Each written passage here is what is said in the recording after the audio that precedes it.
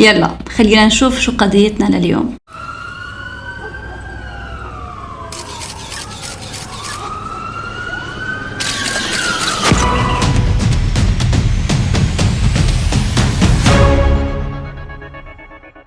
مرحبا، كيفكم جميعا؟ يا رب تكونوا كلكم بخير.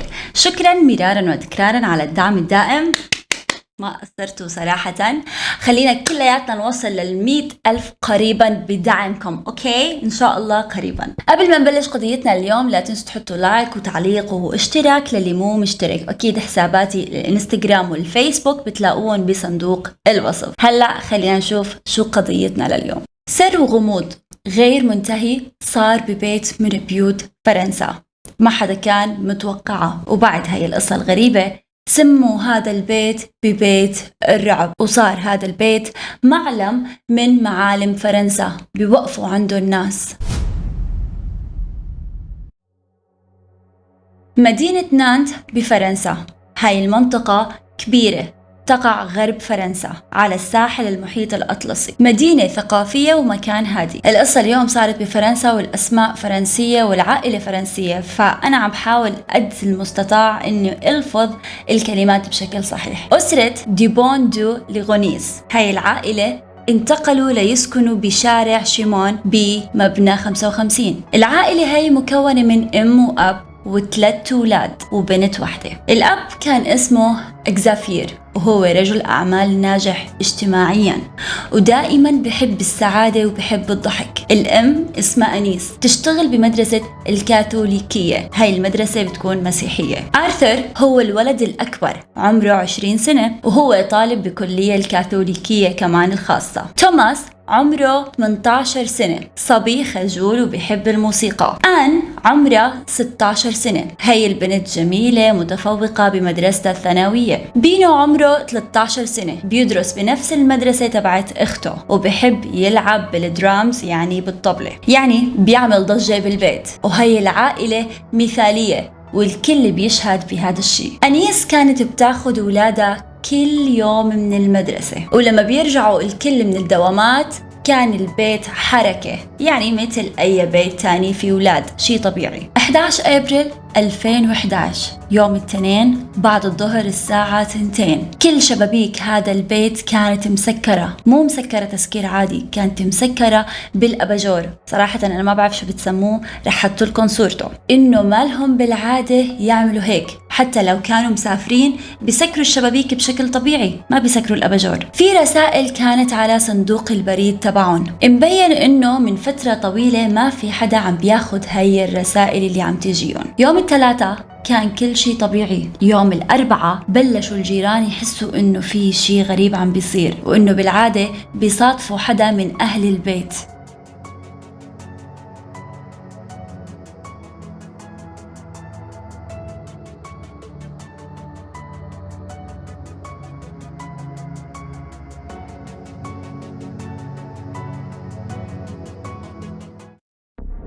بنفس اليوم 13 أبريل 2011 يوم الأربعاء بلغوا الشرطة، والشرطة راحت للبيت لحتى تتفقده. الأبواب كانت مغلقة أو كانت مقفلة، كل شيء كان مسكر.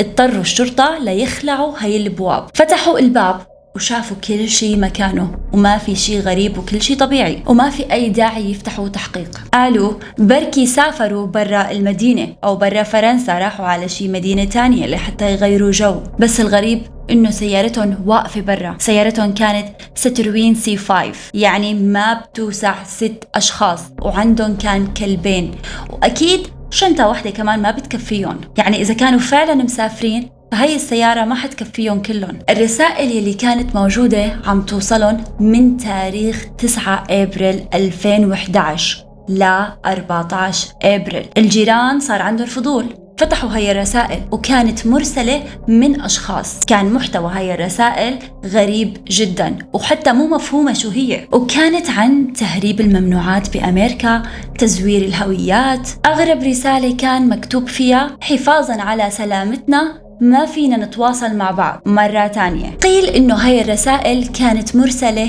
من أمريكا، تحديدا من ميامي. خلينا نتعرف شوي على العائلة. إكزافير التقى بأنيس بأول الثمانينات، كان عمره 20 سنة. أنيس حبته كتير وكان عمرها 17 سنة. أنيس حلوة، تهتم بحالها ومتحفظة. إكزافير بحب المغامرة. بعد فترة انفصل إكزافير عن أنيس وقرر إنه يسافر، وبعد سنة رجع إكزافير لفريساي ووصله خبر إنه أنيس حامل، بس حامل من رجل تاني. فقرر هو يتزوج أنيس ويخلي هذا الجنين ابنه، أو إنه يتبناه ويعطيه اسمه. هذا الطفل هو آرثر اللي هو أول طفل إلون. وهذا التصرف اللي عمله أثار غضب عيلته، لأن مو من عاداتهم ولا من تقاليدهم يعملوا هيك شيء. ما كان حدا بيعرف هاي المعلومات غير عيلته وهو ورفيقه يلي اسمه برونو. إكزافير اتعرف على برونو بالتسعينات وصاروا أصحاب مقربين جدا. كانوا جيران بنفس الشارع، مارشيل فوش. وعائلة إكزافير عائلة راقية، كان عندهم فرس وقلعة بنصف فرنسا، وكمان كان عندهم خاتم منقوش عليه شعار العائلة. خلينا نرجع شوي للقضية. 15 أبريل 2011 رجعت الشرطة لبيت إكزافير وأنيس ليفتشوا أكثر تفتيش دقيق. يلي لفت نظر الشرطة بهداك الوقت إنه البراويز أو الفريم تبع الصور موجود على الحيط، وكان بدون صور، يعني كانوا معلقين على الحيط بس فاضيين. شافوا صورة موجودة على الطاولة لآرثر وبيانو، مكتوب وراها: يتوقعون موتي ولكن أنا على قيد الحياة. الشرطة بعد هيك طلعوا ما لقوا أي شيء وما لقوا معلومات أكتر. أهل أنيس مرة تانية رجعوا اتصلوا بالشرطة وقالوا إنه مستحيل بنتنا تمر هاي الفترة الطويلة بدون ما تحكي معانا، وأصروا أهلها إنه الشرطة لازم يرجعوا مرة تانية يدوروا بقلب البيت. وفعلا راحت الشرطة 18 أبريل 2011 مرة الثالثة ليشوفوا وينهم أو أي معلومة عنهم، بس كمان ما وجدوا أي دليل. ومن كتر الضغط أهل أنيس على الشرطة رجعوا للمرة الرابعة على البيت، يعني 19 أبريل. بكل مرة ما كانوا يلاحظوا إنه في شيء غريب، كان كله عادي وكله طبيعي. رجعوا للمرة الخامسة للمرة الخامسة وكمان ما لقوا أي دليل. يوم 21 أبريل عقدوا مؤتمر على اختفاء هاي العائلة كلها. المدعي العام وهو عم يعمل المؤتمر أو يلقي المؤتمر فجأة وقف هذا المؤتمر بسبب اتصال غريب، وهذا الاتصال اللي خلاه يركض على بيت إكزافير وأنيس. شافت الشرطة تحت البلكونة الخارجية، تحديدا جنب الدرج تبع الحديقة الخارجية، رمل، بس هذا الرمل كان تحته قطعة خشب. شالوها لقوا حفرة، بهي الحفرة كان في أكياس نايلون مثل أكياس القمامة وعليها تيب أو لزق. فتحوا هاي الأكياس وشافوا أكتر شيء بشع بيتخيلوا العقل. فتحوا أول كيس لقوا جثة كلب، فتحوا تاني كيس لقوا كلب تاني، فتحوا الكيس الثالث لقوا أنيس، وفتحوا الكيس الرابع لقوا فيه بيانو، وفتحوا الكيس الخامس لقوا آن، السادس في آرثر، وكان الكل متوفي. بس ما لقوا الأب إكزافير وما لقوا ابنه توماس. بلشوا الشرطة يحفروا بأماكن تانية بالحديقة، لقوا توماس، يعني كلهم مدفونين سوا بس توماس مدفون لحاله.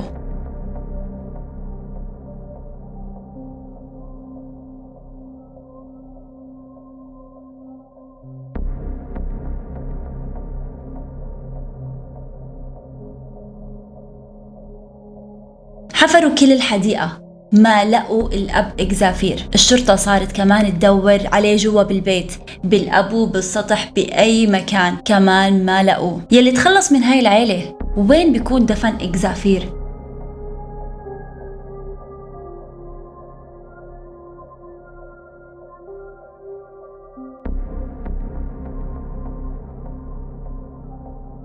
لما الشرطة ما لقيته بالبيت شكوا فيه وصار مشتبه الأول، وضجت هاي القصة بفرنسا وصارت حديث الكل، حديث الصحف، الأخبار، الناس. بس الناس ما بتعرف شو يلي صار بإكزافير. قالوا مستحيل إذا هو المتهم مستحيل يكون الفاعل، هو إنسان محترم، هو محبوب وبحب عيلته كمان، يعني مستحيل يعمل هيك. صديق إكزافير بالشغل قال مستحيل إكزافير يكون المتهم لأنه المكان الموجود فيه هاي الجثث واطي، وكيف إكزافير بده يوطي ويحط هاي الجثث؟ هو بيشتكي دائما من آلام بالظهر، ودائما بالمكتب بيشتكي من هاي الآلام. رفيق إكزافير برونو قال مستحيل يعمل صديقي الحنون هيك لأنه هو محترم ودائما بيوقف جنبي. كتير أوقات كنت تعبان فيها جسديا، وقف معي وما حاول أبدا يبين لي إنه هو تعبان أو مل مني ومن طلباتي. الغريب إنه إكزافير حنون كتير وبيقعد مع أولاده وبيقضي وقت معهم، ويعني بيخصص وقت إلهن. بعد تشريح الجثث اتضح إنه في أدوية منومة بالأمعاء، الكل ما عدا مين؟ ما عدا أنيس الزوجة، بس هي عندها جهاز الأكسجين بتخليها تتنفس بشكل أفضل لتنام بعمق. يعني اللي تخلص من الكل ما في داعي يحط لها منوم لأنه هي بتنام بعمق بسبب هذا الجهاز هاد اتوقف تشغيله 4 أبريل، وتم إطلاق رصاصتين على كل شخص بالرأس. عيار الطلقات النارية كانت 22 ملم. الغريب إنه ما حدا من الجيران سمع صوت هاي الرصاصات، الكل كان لابس بيجامات، يعني الكل كان نايم. الغريب إنه ما في دليل، ما في إثبات، ما في أي شيء بالبيت يدل إنه في إطلاق نار، ولا في أي أثر إنه هذا المكان تم تنظيفه. إكزافير عمره 50 سنة وما بعمره عمل شيء يخالف القانون. ليش فجأة يعمل هيك؟ وبمين؟ بعيلته كلهم؟ كيف إجا من قلبه يوقف قدام عيلته ويطلق عليهم النار واحد واحد؟ بس لحظة، إحنا ما تأكدنا إذا هو الفاعل أو لا. خلينا نرجع بالزمن شوي لورا. ب2000 انتقلوا لفلوريدا، حاولوا يعيشوا فيها بس ما قدروا ورجعوا على فرنسا. من 2001 ل 2011 بلش يخسر أمواله، وفي ناس متدين منهم صاروا يلاحقوه. يلي كان يقول عنه إنه بزنس مان وشركاته ماشية وعم تربح، طلع كل شركة بيأسسها بتخسر وما في إلى أي أرباح. وبلش يبين للناس إنه هو ناجح، ومعروف عنه إنه متكبر، يعني ما بيحب يبين للناس إنه هو فقير، وخصوصاً لأولاده إنه هو فاشل. 2011 20 يناير مات أبو إكزافير بنوبة قلبية، ولما دفنوا إكزافير رجع إكزافير لبيت أبوه وصار يفضي كل شيء، وضل أو شاف الخاتم يلي عليه لوجو العيلة، وصار يحاول يدور إذا أبوه ترك مصاري، بس الواضح إنه أبوه ما ترك له شيء. وأصلاً أبوه قبل ما يموت كانوا يقولوا الناس إنه كان تعيس، فقير، ما عنده شيء، مكتئب من الحالة يلي هو فيها. بس إكزافير لقى عند أبوه شيء يلي هو بندقية، وهالبندقية كانت من العيار 22 ملم. 2 فبراير 2011 تعلم إطلاق النار وأخذ الرخصة لحمل السلاح، ولما كان يتدرب كان ياخد معه أولاده. الغريب وين؟ الغريب إنه كان يسأل المدرب كيف بده يستخدم كاتم الصوت للبندقية هي. 12 مارس 2011 اشترى كاتم صوت للبندقية. ليلة الحادثة صارت ليلة الأحد وفجر يوم الاثنين، وتوماس كان رايح للجامعة. اتصل عليه إكزافير يوم الثلاثاء، قال له أمك عملت حادث وهي بغيبوبة هلأ، تعال بسرعة. فعلا توماس رجع على البيت فورا. قبل ما يرجع كان عم بيبعت رسالة لرفيقه، وهي كانت آخر رسالة من تليفون توماس. بعد فترة رفيق توماس اتصل عليه بس ما كان يرد على تليفونه أبدا. بهذا الوقت تم التخلص منه بين 3 المساء وفجر 4. عرفتوا ليش هلأ توماس كان مدفون لحاله؟ لأنه مات بعد أمه وإخواته، يعني العيلة ماتت بين 3-4 أبريل، وتوماس مات 5-6 أبريل كمان. 21 أبريل 2011 الشرطة صارت تدور بكل فرنسا، بالمطاعم، بالفنادق، بالمستشفيات، على مين؟ على إكزافير. بس ما كانوا يلاقوه. بس 22 أبريل 2011 لقوا سيارة إكزافير بمواقف السيارات جنب فندق اسمه فندق F1 أو هوتيل F1. للمعلومية، السيارة يلي كانت تحت البيت أو جنب البيت هي السيارة كانت سيارة أنيس. من خلال كاميرات المراقبة شافوا إنه ب10 أبريل إكزافير استخدم الصراف ATM.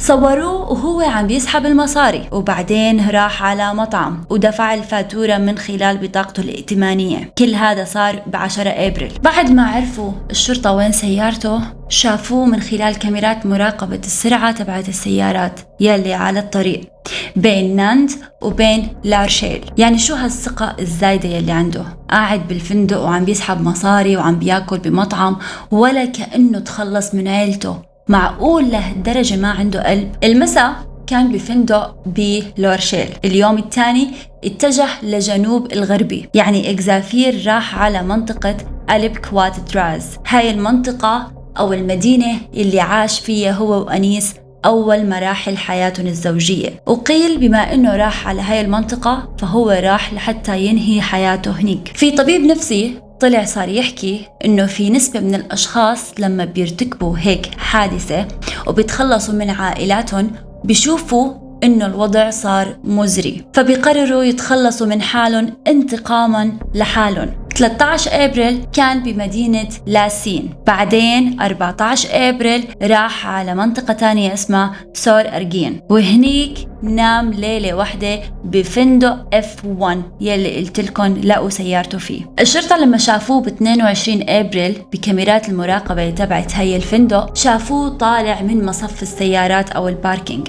كان حامل بإيده شنطة، كانت هاي الشنطة كبيرة، وكان معاه كيس تبع الثياب، وكمان كان مبين بإيده في شيء تاني. بعد التدقيق لقوا إنه هو حامل بندقيته. صار يطلع على الكاميرا ويعمل حركات غريبة مثل كأنه عم بيقول باي للكاميرا. بهاي المنطقة الأخيرة كان فيها منحدرات جبلية، ومجرد ما حدا يعرف إنه راح لهنيك بيقولوا أكيد راح لهنيك لحتى يتخلص من حاله. ولما راح على هاي المنحدرات كان معه شنطة كبيرة والبندقية بإيده. الشرطة وصلت لهذا المنحدر الجبلي بنفس اليوم 22 أبريل، وضلوا هنيك عم بيدوروا لمدة شهرين مع الكلاب البوليسية هليكوبتر، وتقسموا لقسمين. كان معهم رجال الإطفاء ورجال الإسعاف الأولية. وبعد شهرين من البحث الدائم فعلا ما لقوا له أثر، وكأنه تبخر. الشرطة ما لقت ولا تذكرة سفر باسمه، وما في أي سيارة مسروقة بهداك الوقت، ولا في سيارات مستأجرة باسمه، ولا في بطاقات قطار مقطوعة باسمه كمان. ما بيعرفوا وين راح. قيل إنه ممكن ركب سفينة شحن بسورميل وراح على مرسيليا، لأنه هالمنطقتين قريبين من بعض، وهنيك في كمان طريق جبلي ممكن سلك هذا الطريق ووصل لإيطاليا، وبعدين راح بقطار لكرواتيا. ناس يلي بيعرفوه لإكزافير قالوا إنه ممكن يكون راح على أمريكا اللاتينية لأن لغته الإسبانية كتير منيحة. صاروا يحطوا أوصافه بكل مكان، إنه إذا حدا شافه يخبر الشرطة بأي بلد كان. قالوا إنه هو شعره أسود غامق، عيونه سودا، ممكن يحلق دقنه أو ممكن يحلق شعره لحتى يغير شكله. بس مثل ما انتم شايفين ملامحه جدا عادية، أوصافه طبيعية، يعني ما في شيء مميز، وهذا لحسن حظه. قيل كمان إنه الشرطة تلقت أكثر من 900 بلاغ عن شخص مشتبه فيه إنه بيشبه إكزافير بخلال هاي السنوات المرقت، ولكن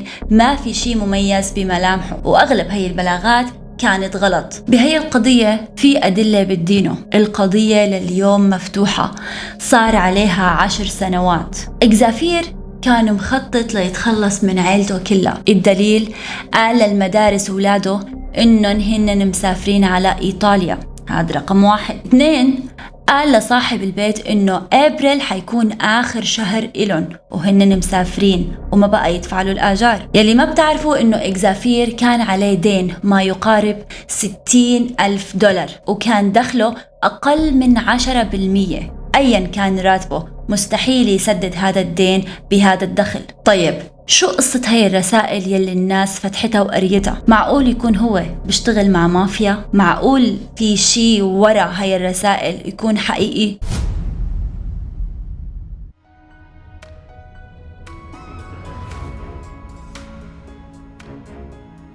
أنا ما بعرف من وين جايب هذا القلب. أكيد قلبه من حجر. قدر يستغني عن ولاده وعائلته بإيده وبدون أي إحساس بالندم أو إنه يكون زعلان.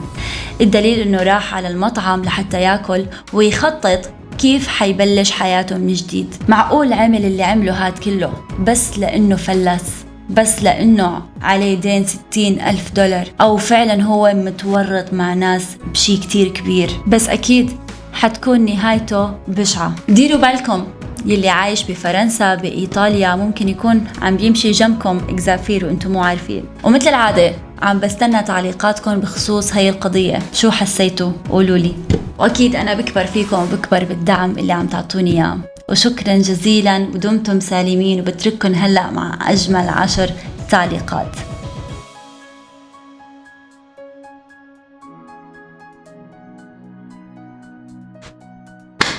صح في كم حدا ناقص، بس لا تخافوا حزبطها.